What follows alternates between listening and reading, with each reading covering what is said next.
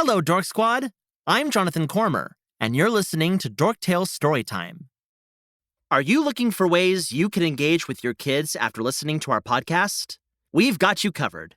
Join our free listener community for Dorktales Plus, a portal for cool conversation starters, activity guides, themed playlists, and more.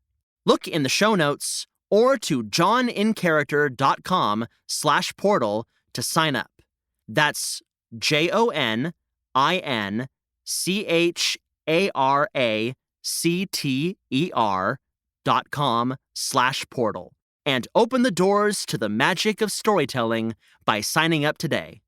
John in Character presents Dorktales Storytelling with a geekish twist. Oh, yeah. And she did! I still can't believe how soft that duvet cover was. You're telling me, Alice. Oh, we really should have spent more time there. Maybe we should have, dare I say it, listened to her. Just that once.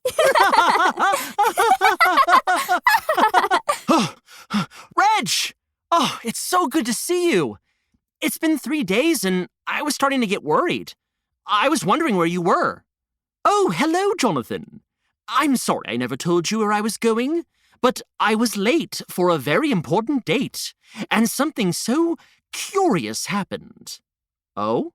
Yes, before I dive in, this is my new friend Alice. Jonathan, Alice. Alice, Jonathan. Hello. Nice to meet ya. Now that we're all friends here, back to my tale. I was out for an evening jaunt 3 days ago when I spotted a selection of incredible mushrooms by a tree. I really wanted to snag them. I had been looking for some new hovel seating. Oh, Alice, did you see them? I wish you'd seen them. Were they the kind that a caterpillar likes to sit on? Oh, absolutely. They were brilliant looking and, Reg? Oh, right. Apologies. Well, when I walked towards the tree, I tripped over a branch and fell down a literal rabbit hole. That's where I met Alice. She had just tumbled down the same hole herself. I was following a curious white rabbit who leapt into the hole, though, not simply plummeting into an entirely new world like Redge because he was distracted by mushrooms. Yeah, that sounds like him. Oh, I knew you two meeting each other would go this way. And I suppose I deserve that friendly ribbing. I'm glad you're becoming friends. Well, I am too. So, what's the rest of the story? That can't be the only reason you two are so giggly. Oh, this is a doozy. You may want to grab a tree stump and sit down, mate. Alice, why don't you get into the main plot with the classic intro I told you about? So, once upon a time, Redge and I landed in a magical realm. I like to call it Wonderland. Or as I prefer, Slumberland. I'm not sure I follow the joke here. Oh, you will in time, my friend. This wacky and wild experience makes me chuckle. There we were, wandering around Wonderland, when we came upon a giant chessboard, surrounded by red rose bushes. And 3 playing cards with faces, arms, and legs were painting the roses. Painting roses? That's right. Wait a second, playing cards painting roses? Yes, these playing cards, 2, 5, and 7, belonged to a larger deck and were ruled by the brash, fiery, and bold Queen of Hearts. And the Queen of Hearts loves games. Loves winning games. And, true to her suit, loves the color red.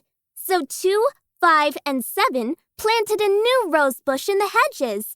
But unfortunately for them, when it bloomed, the roses were white. Oh, that can't be good. Too true. So you see, They were frantically trying to paint the white roses red before the queen arrived. Because when the queen was unhappy... Oh, wait! I remember a story about an angry queen who liked red roses. You do? Yes.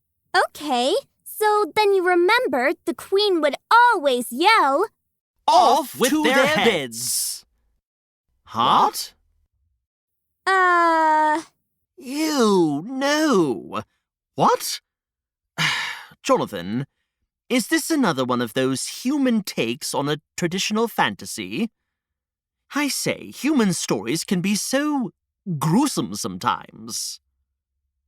Oh, I don't know. Maybe? Where Redge and I were, the Queen of Hearts always yelled, Off to their beds. She did? That's what she said.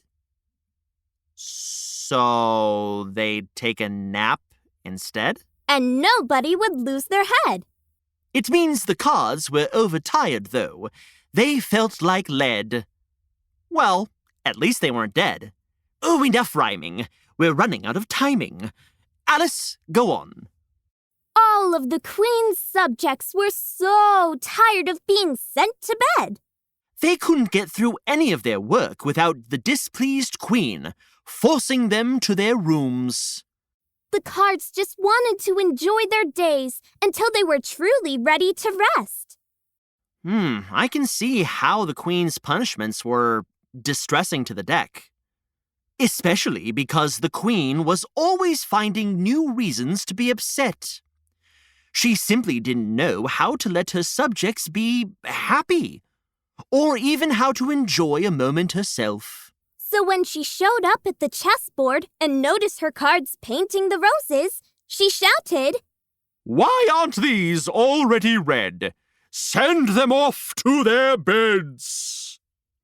And with bent edges, and while quietly weeping, mind you, the cards slowly trudged back to their homes, as if they were on time out. Oh, dear. Oh, God, no. It was particularly unfair. They had been working so hard to keep her happy. Oh, I'll say. It's difficult to please someone who's looking for any reason to be cranky. Right? And the Queen was determined to have things her way. So when she noticed Alice and I on her playing field, she was ready to be upset again.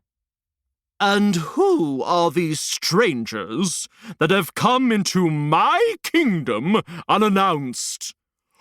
Off to your... But before she could finish that sentence, Redge came up with this brilliant plan to show the Queen that she can't have her way all the time and send subjects to slumber when they're not even sleepy. Yes, I walked up to the Queen and said, Your glorious majesty, could myself and young Alice here entertain you in a game of croquet? You play croquet? Of course. Sherlock taught me, and we meet once a month for a rousing game with his other squirrel friends. Keep up, Jonathan. And anyway, I don't play croquet. I live croquet.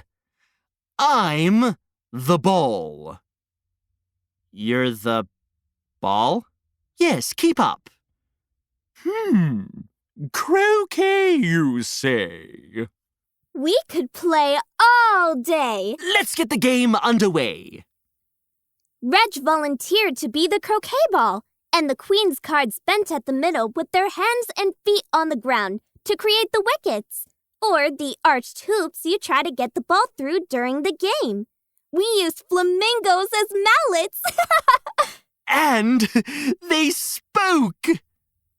Do not worry, my liege, for I will be the greatest mallet with the surest aim. Now, I've seen some things in Once Upon a Time, but this sounds sillier than most of them. That's Wonderland for ya. Yes, it was quite a sight to behold. We couldn't stop laughing. And every time the Queen would miss a shot or knock me into one of her cards, she'd take her frustration out on them and shout, "Off to your beds!" The cards would sulk off with a groan until there were only a few left on the field. And the Queen realized she had nobody to be the wickets anymore. It was ridiculous. And I am sad card.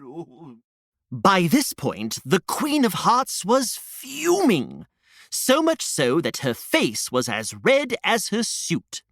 And on her final swing, You won't believe it.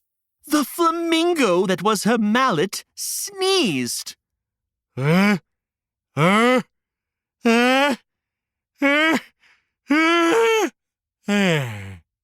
Achoo! She missed hitting the Redge ball by a mile. Redge ball. We thought it was quite hilarious, too, so we cracked up. And the flamingo flew off in a tizzy. No, no, no, no, no, no, no, no, no, no, no, no, no, no, no, no, no, I wasn't going. No, no, no, no, no, I gotta go. No, no, no, no, no, no, no, no, no, no. Needless to say, the Queen was there on the croquet field, ready to blow a gasket, about to scream, "Off to your beds!" at everyone that remained. But Redge stopped rolling around on the ground for a moment and stood up. Your Majesty, are you planning to finish the croquet game by yourself? Yes, for as you can see, there are no more wicket cards or flamingo mallets, and our ball is a hedgehog once again. Oh, dear me. The Queen took a step back and realized that she no longer had a large crowd to cheer her on or a winning peg to knock the ball into. So then I said, "Your Majesty, you look tired. Perhaps you should have sent yourself to bed and returned when you could play with the team." Well, I never really considered that. She saw that her poor sportsmanship and constant demands for perfection were really impacting everyone in her court. We just wanted her to take a moment to think about what it means to be a good team player. So I looked over to Alice, And I looked over at Redge. and we both looked over at the Queen. Your Majesty, might I make a suggestion? No!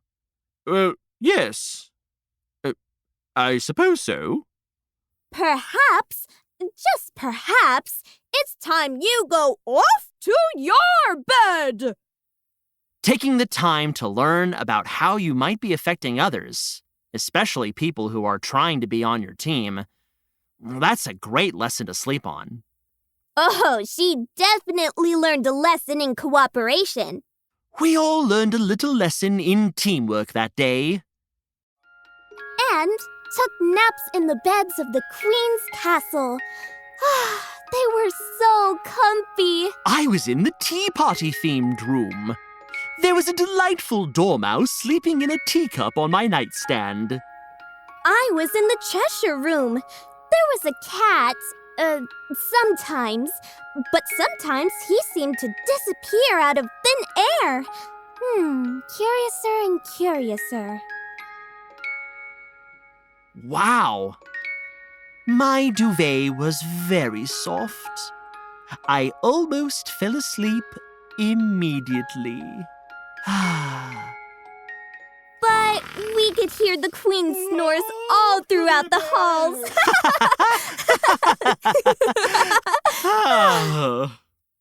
After the nap, the Queen promised us she'd find a better way of working with others. And that's where I've been. Wonderland. Or Slumberland. Right. Oh, goodness. Being a ball and a wise teacher is hard work. It's time for us to go off to our beds.